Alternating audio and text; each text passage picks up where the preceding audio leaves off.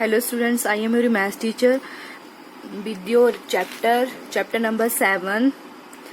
So here is the example number 22, that is read the following statement.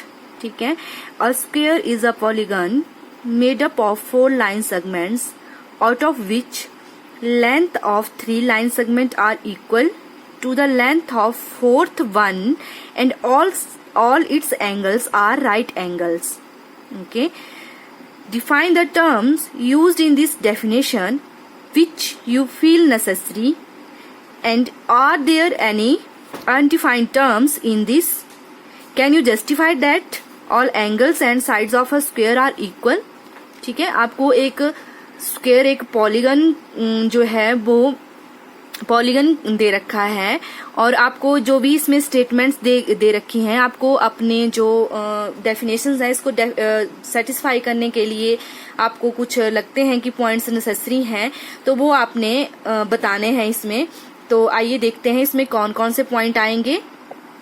तो here is the some terms which need to defined are. ठीक है, इसमें कुछ terms हैं, उसके बारे में आपको पता होना चाहिए।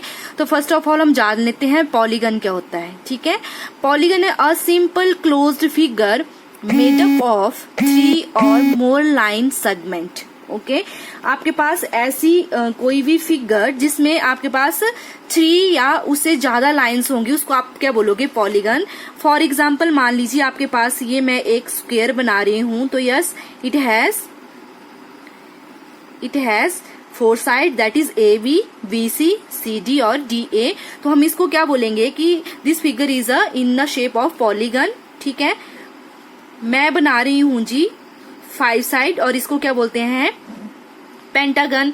तो this figure is also is a polygon. ठीक है, ये फिगर जो है इसको भी हम क्या बोलेंगे? पॉलीगन बोलेंगे। ठीक है, और इन केस मान लो मैं ये बना रही हूं, ठीक है, दिस फिगर हैज 3 साइड्स, तो हम इसको बोलेंगे कि ये पॉलीगन नहीं है, because it has only 3 sides. तो आपका जो पॉलीगन आएगा, पॉलीगन आपका है अगर आपके पास 3 और मोर जो है वो लाइन सेगमेंट आते हैं किसी भी फिगर में, किसी भी एक आपका ऑब्जेक्ट है या कोई आपकी शेप है, कोई भी आप किसी भी शेप का ऑब्जेक्ट ले रहे हो जिसमें आप चेक कर रहे हो कि अगर आपका 3 लाइन से ज्यादा आ रहा है, तो इट मीन्स उसको हम बोलेंगे कि yes this is a polygon या this figure is a polygon.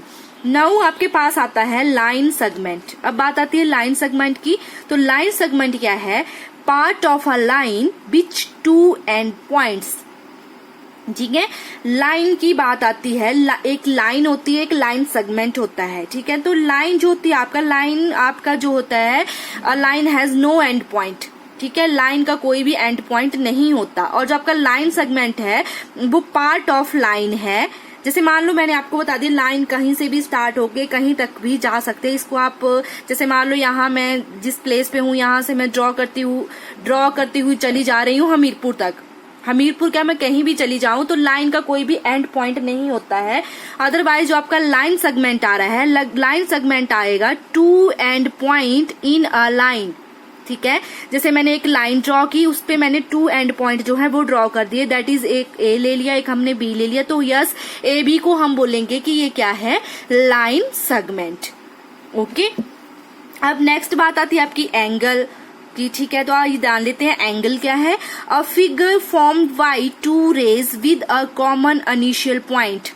ठीक है, आप सभी को पता है, अंडरस्टूड है, आपने पिछली क्लासेस में, प्रीवियस क्लासेस में भी ये चीजें पढ़ चुके हैं। तो ये क्या बोल रहा है आपके पास?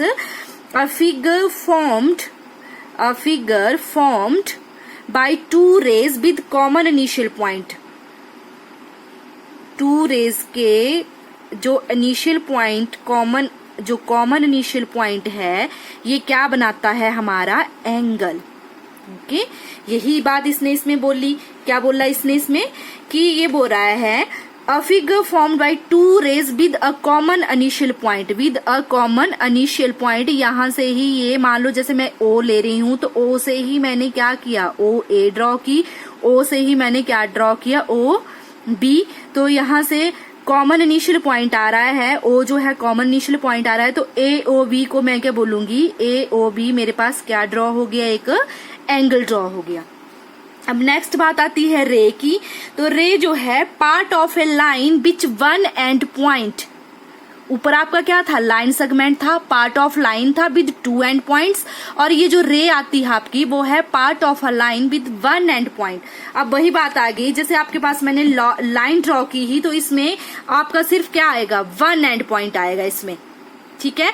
जैसे आपका लाइन सेगमेंट है, इसमें 2 एंड पॉइंट थे, जो आपका रे आ रही है उसमें ओनली आपका क्या होगा, जैसे यहां से मान लो लाइन स्टार्ट हो रही है तो यहाँ पे सिर्फ आपका 1 एंड पॉइंट आएगा, तो that is it is called रे।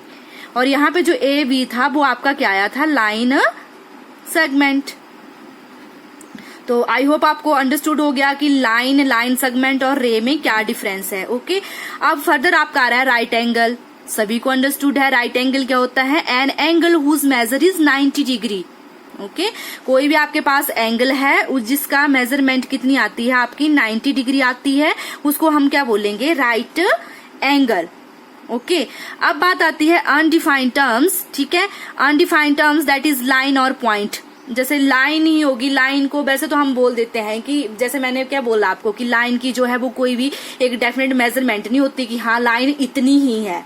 ओके, तो लाइन को, बिकॉज लाइन का कोई एंड पॉइंट ही नहीं है, तो इसका ये जो है अनडिफाइंड टर्म्स है। जैसे आपका पॉइंट है तो पॉइंट भी, तो पॉइंट क्या है, पॉइंट वो अनडिफाइंड ही हो गया आपका कि पॉइंट कुछ भी हो सकता है ये, है ना, इसकी कोई डेफिनेट वैल्यू थोड़ा ना है कि हाँ यही पॉइंट है मतलब, ठीक है। अब जस्टिफिकेशन फॉर अ स्क्वेयर, तो अब बात आती है कि स्क्वेयर की जस्टिफिकेशन क्या है, सभी को अंडरस्टूड है, सिंस इन ऑल स्क्वेयर्स और एंगल्स आर राइट एंगल्स, ठीक है। तो जो आपके पास स्टेटमेंट दे रखी थी क्वेश्चन में स्टार्टिंग में, तो इसमें ये बोल रहा है कि स्क्वेयर्स के जो ऑल एंगल्स होते हैं वो क्या होते हैं, राइट एंगल्स होते हैं।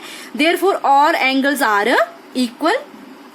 ओके, और एंगल्स आपके क्या आगे, और एंगल्स आर आपके इक्वल आगे। तो फ्रॉम, अगर हम इक्वलिट्स जो फोर्थ पोस्टुलेट था जो हमने प्रीवियस जो टॉपिक में डिस्कस किया था, तो उसमें क्या बोलता था ये कि that all right angles are equal to one another, ठीक है। सभी को पता था, अंडरस्टूड था उसमें फोर्थ पोस्टुलेट में कि जो 4 एंगल्स होते हैं वो एक दूसरे के ऊपर क्या होते हैं, राइट एंगल्स होते हैं, वो राइट एंगल्स होते हैं, आर इक्वल होते हैं, और एक दूसरे के ऊपर वो क्या बनाते हैं, जैसे ये इसके ऊपर आ गया, ये इसके ऊपर, ये इसके ऊपर, ये इसके ऊपर, एक दूसरे के ऊपर ये क्या है, राइट एंगल्ड है। Okay, and 3 line segment are equal fourth line segment. हाँ, जो आपका 3 लाइन सेगमेंट थे वो फोर्थ लाइन सेगमेंट के क्या आ रहे थे, इक्वल आ रहे थे।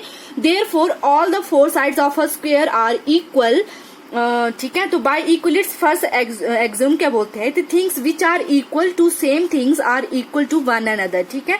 तो इसमें जो है यही कंक्लूजन था, आपने छोटी छोटी टर्म्स जो थी वो आपने जस्टिफाई करनी थी अपनी स्टेटमेंट को ट्रू जो है बताने के लिए कि कैसे हम बोल सकते हैं कि या जो है वो एक स्क्वायर की फॉर्म में है और नहीं है। तो आई होप स्टूडेंट्स आपको जो ये एग्जांपल था, एग्जांपल नंबर 22, वो अच्छे से समझ आ गया होगा। इसी से रिलेटेड जो आपकी एक्सरसाइज 7.1 है वो हम नेक्स्ट वीडियो में करेंगे। Okay, thank you.